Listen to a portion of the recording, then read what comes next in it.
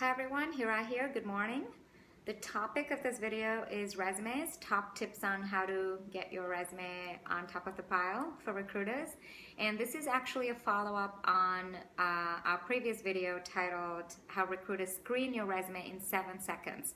So for some reason that turned out to be a very popular video and we got a ton of comments on it. So I want to address some of the questions that people are asking and then we'll move on from there. So first of all, length.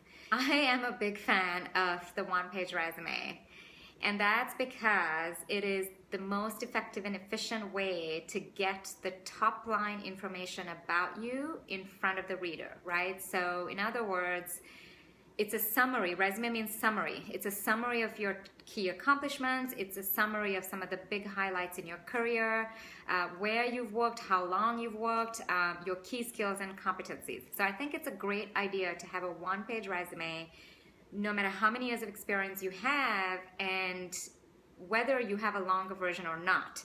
So the rule of thumb is, if you have 6 years of experience or less, you should be able to fit everything into a one-page resume, okay? So remember that your margins can be as small as 0.5 centimeters.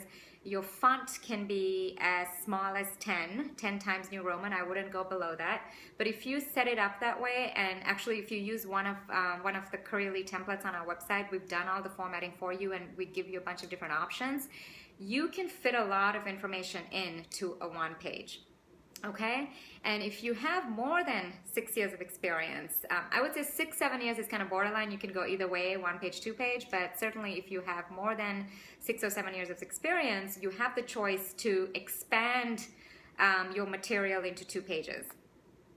I would say that if you have, if you're seasoned professional, 20 plus years of experience, you still want to keep it to a 2-pager. And then if you've got additional information, you can always cover that in other documents, addendums with publications and things like that. If you have a 2-pager, the other thing I would say is think about including a summary section on the top of your resume. So that's because, like I said, the whole point of a resume is to give people information as quickly as possible. So if it's not one page, then it's a good idea to summarize key skills and competencies at the top of a 2-pager.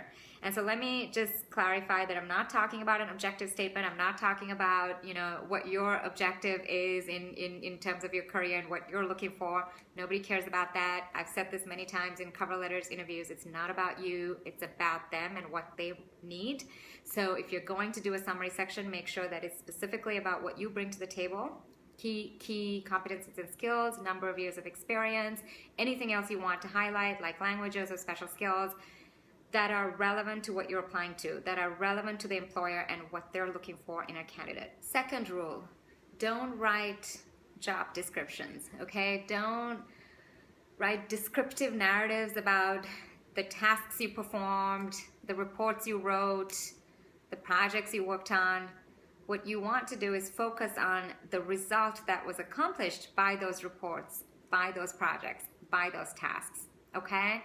So for example, your bullets should be along the lines of completed all project milestones 30 days ahead of schedule, saving the organization 20% in expenditures, or implemented new policies resulting in a 10% decrease in employer turnover, or a 10% increase in employer satisfaction.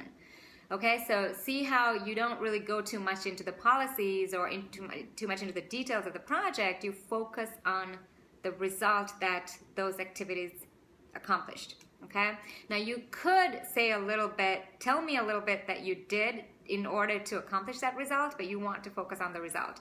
So the framework that I like to use is PAR, Problem Action Result.